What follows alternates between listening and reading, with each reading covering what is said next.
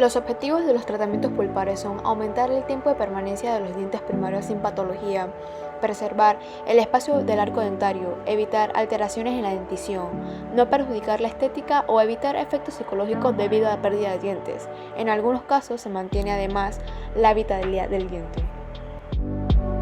Entre las indicaciones para los tratamientos pulpares vitales están la ausencia del dolor espontáneo persistente, ausencia de sensibilidad a la percusión, palpación y presión, ausencia de movilidad patológica, ausencia de signos radiográficos patológicos, aspecto de la pulpa de color rojo y hemorragia controlable.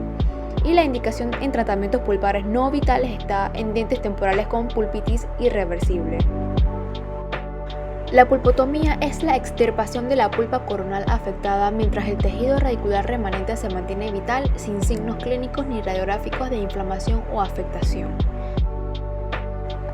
Entre los materiales utilizados, los más relevantes podemos mencionar el formocresol al 20%, agua salina o agua destilada, óxido de zinc y eugenol, y también utilizaremos IRM.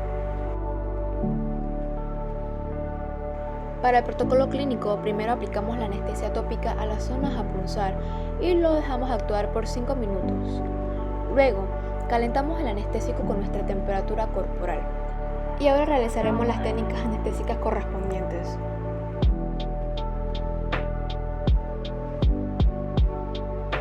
Para el aislamiento absoluto se aplica el dique de hule con su grapa correspondiente. Luego se elimina el tejido cariado con fresas redondas de alta velocidad dependiendo de la extensión de la caries. Se debe de ubicar los conos pulpares y entrar con la fresa redonda de alta velocidad. Al entrar en la cámara se sentirá una sensación de vacío. Se debe limpiar la cámara con cucharilla de caries bien afilada y estéril. Luego se debe de irrigar con solución salina o agua destilada. Se seca con torundita de algodón estéril esperando detener el sangrado. Ahora lo que se debe de hacer es colocar una solución de formocresol de Buckley al 20% en una torundita estéril y se exprime bien el exceso para que apenas quede el olor del formocresol.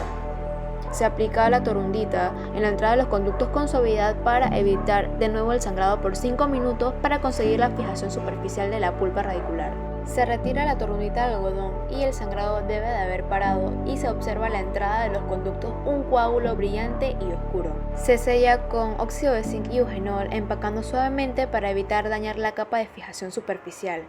Hay que procurar una buena adaptación en las paredes para evitar la filtración marginal. Se sella el resto de la porción coronal con IRM. Se debe de tomar una radiografía para observar el correcto sellado.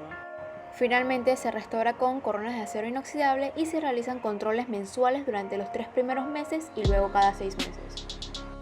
La pulpectomía es la extirpación completa de la pulpa dental, es decir, la de la cámara y de los conductos con la subsecuente preparación y obturación de los conductos radiculares con un material reabsorbible y fisiológicamente tolerable. Esto está indicado en aquellos dientes con evidencia de inflamación crónica o necrosis en la pulpa radicular.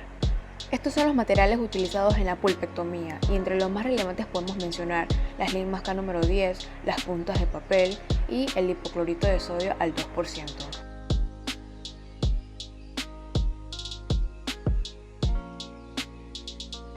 Se elimina el tejido cariado y la pulpa cameral con fresas redondas 4, 6 u 8. Posteriormente se localizan los conductos. Luego se debe de instrumentar con limas K 10 o 15 para eliminar el tejido pulpar radicular y material orgánico. Se irriga con hipoclorito de sodio al 2% durante la instrumentación suavemente para evitar impulsar el líquido hacia los tejidos periapicales.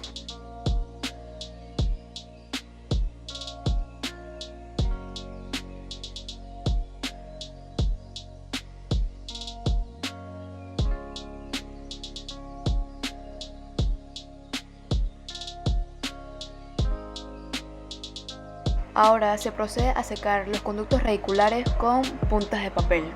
Se obtura el conducto radicular con la pasta reabsorbible que puede ser óxido de zinc y eugenol, idofórmica o Vitapex, con la ayuda de limas, condensadores o jeringas.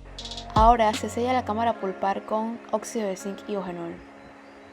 El resto de la porción coronal se sella con IRM. Se debe tomar una radiografía para observar el correcto sellado. Y por último, se restaura la pieza con coronas de acero inoxidable y se deben de realizar controles mensuales durante los 3 primeros meses y luego cada 6 meses. La pexogénesis se realiza en diente permanente joven con ápices abiertos y pulpa coronaria expuesta por caries o trauma. Esto se sella con pasta alcalina de hidróxido de calcio mezclada con agua estéril y se promueve la terminación de la formación radicular y cierre apical. Para el protocolo clínico se debe anestesiar la zona y se coloca el dique de goma. Se elimina el tejido pulpar expuesto y se realiza una cavidad de 1 a 2 milímetros con fresa redonda para la remoción del tejido pulpar expuesto. Luego de la apertura, acceso y la amputación pulpar se controla la hemorragia con clorhexidina. Se aplica un material sobre la pulpa amputada que puede ser hidróxido de calcio puro o el material preferido que es el MTA.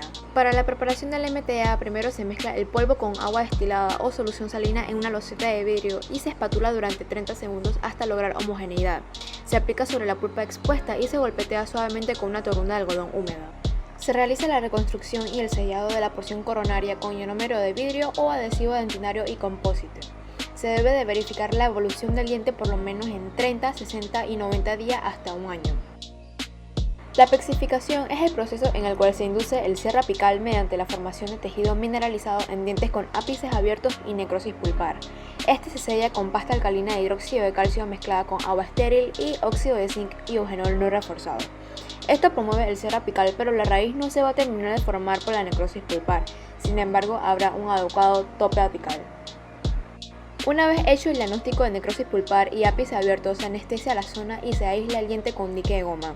A continuación se realiza la cavidad del acceso, que tendrá por característica ser de igual tamaño o mayor que la cámara pulpar y el conducto.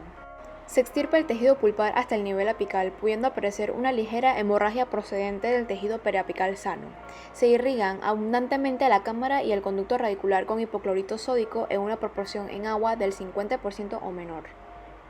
Se comienza a preparar y conformar el conducto con limas manuales hasta la medida de trabajo que es concedido previamente con radiografías.